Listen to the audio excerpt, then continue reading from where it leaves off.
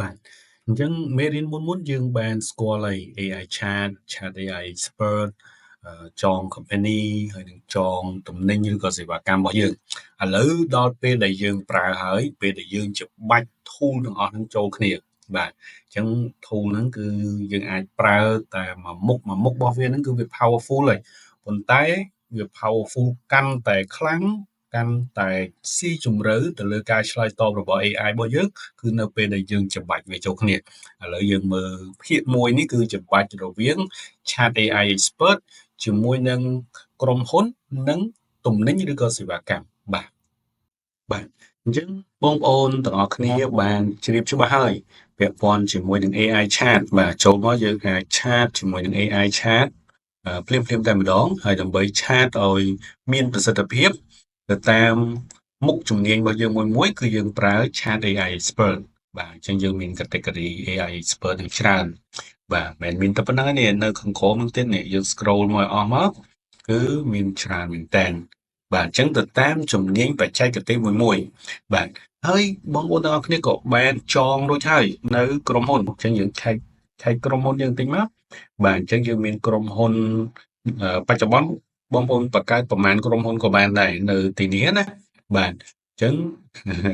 ជារឿងល្អហើយបងប្អូនចងក្រុមហ៊ុនមួយឲ្យហើយមកបាទព័ត៌មានក្រុមហ៊ុនរបស់យើងដាក់មួយមកបាទបន្តិចទៀតខ្ញុំនឹងបង្ហាញអំពីគេហៅថាថាមពលនៃការចងនេះណាបាទចងគឺយើងធ្វើមិនឲ្យ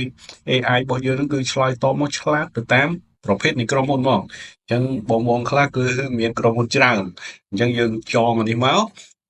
ចាប់ប៉គឺ powerful មែនតើ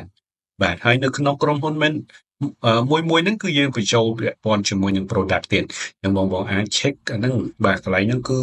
សំខាន់មែនតើបាទចឹងនៅក្នុងនេះខ្ញុំបញ្ចូលសេវាកម្មមួយដើម្បីធ្វើការបង្ហាញជូនបងប្អូនទាំងអស់គ្នាណាបាទអញ្ចឹងអាចវីដេអូក្រោយខ្ញុំមានបន្ថែមservice របស់ខ្ញុំថែមទៀតអញ្ចឹងទៅមែនតើគឺជាវគ្គ training របស់ខ្ញុំណាបាទអូខេឥ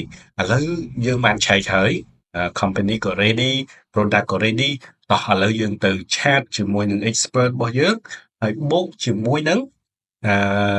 company បាទតើយើង chat យ៉ាងម៉េចបាទឥឡូវខ្ញុំចូលមកទាក់ទងនឹង AI chat expert បាទអញ្ចឹងអានេះគឺជារបៀបធ្វើការមួយបាទខ្ញុំបងប្អូនទាំងអស់គ្នាចូលតាមនឹងមកតាមខ្ញុំមកបាទហើយបន្ទាប់មកខ្ញុំចង់ generate ពាក់ព័ន្ធជាមួយនឹង marketing បាទជាមួយនឹង marketing ចុះបាទជាមួយនឹង marketing បាទអញ្ចឹងខ្ញុំចង់ធ្វើពាក់ព័ន្ធមួយbranding ចុះបាទ branding ខ្ញុំយក social media influencer បាទអូខេហើយខ្ញុំបញ្ចូលថ្មីមួយ chat ថ្មីមួយបាទអូខេហើយអញ្ចឹងកន្លែងនេះគឺយើងចាប់ពាក់ព័ន្ធជាមួយនឹងexpert របស់យើងបាទ Master ប៊ុនហៀងគឺជា social media influencer បាទ social influencer បាទហើយបន្ទាប់មកតើយើងធ្វើយ៉ាងម៉េចទៀតបាទអញ្ចឹងបានន័យថាយើងចាប់AI expert របស់យើងហើយណាចាប់ AI expert ភ្ជាប់ AI expert របស់យើងមកហើយអញ្ចឹងអ្វីដែលយើងត្រូវភ្ជាប់មួយទៀតគឺពាក់ព័ន្ធជាមួយនឹងក្រុមហ៊ុនហើយនឹងទំនិញរបស់យើងឬក៏សេវាកម្មរបស់យើងបាទអញ្ចឹងបងប្អូនទាំងអស់គ្នា scroll មកខាងក្រោមនេះបាទអញ្ចឹងយើងមានរូបផ្ទះហ្នឹងបាទរូបផ្ទះមិនដឹងរូបធនាគារមិនដឹងទេនេះបាទអញ្ចឹង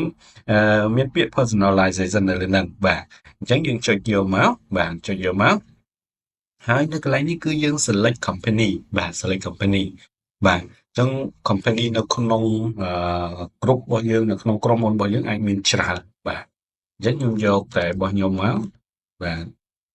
online ខ្ញុំចង់និយាយថាអានេះគឺជានៅក្នុង team របស់យើងណាបាទដោយសារ account របស់ខ្ញុំគឺនៅក្នុង team អញ្ចឹង team របស់ខ្ញុំដែល create company មកគឺចេញមកទាំងអស់អញ្ចឹងបងប្អូនទាំងអស់គ្នាបាន create company តែមួយគឺចេញតែមួយបើ create ច្រើនចេញមកច្រើនបាទអូខេអញ្ចឹងខ្ញុំភ្ជាប់មក Coach Me Online ជាក្រុមហ៊ុនដែលខ្ញុំ demo sofa ហើយខ្ញុំជ្រើសរើសទាក់ទងនឹងសេវាកម្មបាទឥឡូវសេវាកម្មខ្ញុំមានតែមួយទេគឺពាក់ព័ន្ធជាមួយនឹងនេះ accounting document នេះបាទអូខេតោះមកខ្ញុំយក apply បាទអញ្ចឹងពេលដែលយើងភ្ជាប់ហើយគឺសញ្ញានៅកន្លែងនេះចេញពណ៌ក្រហមនេះបាទកន្លែងរូបផ្ទះទៅជាពណ៌ក្រហមបាទអូខេហើយយើងទៅ set prompt មកបាទទៅ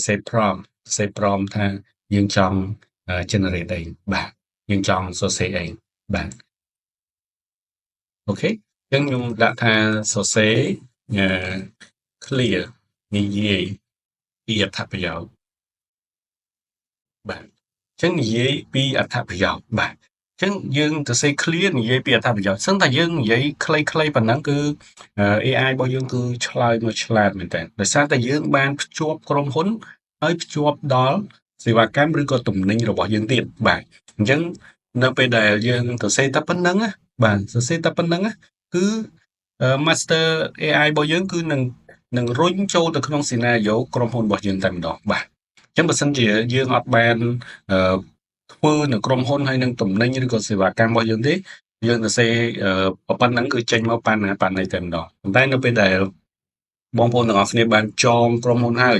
ចងផលិតផលហើយចងសេវាកម្មហើយយើងទៅសេខ្លីៗគឺសារដែលចេញមកក៏ the best ដែរបាទអូខេឥឡូវយើងមើល magic ទាំងអស់គ្នាណាខ្ញុំចុចបញ្ចូលហើយបាទមើល magic ទាំងអស់គ្នាបាទអត្ថប្រយោជន៍ដ៏អស្ចារ្យនៃវគ្គសិក្សាគណនេយ្យរបស់ Coach ខ្ញុំអនឡាញឃើញបងប្អូនទាំងគ្នាចេញមកគឺ contact នៅក្នុងក្រុមហ៊ុនរបស់យើងតែម្ដងបាទក្រុមហ៊ុនរបស់យើងតែម្ដងដោយសារអ្វីដែលយើងសរសេរនេះគឺសរសេរខ្លីមែនតើប៉ុន្តែសារដែលចេញមកគឺនៅក្នុង context របស់យើងតែម្ដងបាទយើងមើលទៀតនេះឯកសារគណនេយ្យត្រឹមត្រូវនាំមកនៅអាជីវកម្មរីកចម្រើនបាទហ្នឹងហើយចានេះគឺជាវគ្គសិក្សារៀនអំពីឯកសារគណនេយ្យបាទអូខេហើយនេះវគ្គសិក្សារបស់យើងផ្ដល់ជូនចំណេះដឹងពីឯកសារសំខាន់ដូចជា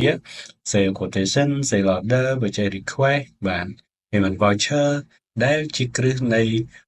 ប្រព័ន្ធគណនេយ្យដ៏រឹងមាំបាទអញ្ចឹងយកពី context ហ្នឹងមកបាទយកពី context ហ្នឹងមកបាទហើយនេះមានដល់តម្លៃទៀតកម្រៃសិក្សាសមរម្យត្រឹមតែ$6ប៉ុណ្ណោះបាទអាហ្នឹងយើងបញ្ចូលតម្លៃហ្នឹងបាទបញ្ចូលតម្លៃហ្នឹងអញ្ចឹង AI របស់យើងទៅយកព័ត៌មាននៅក្នុង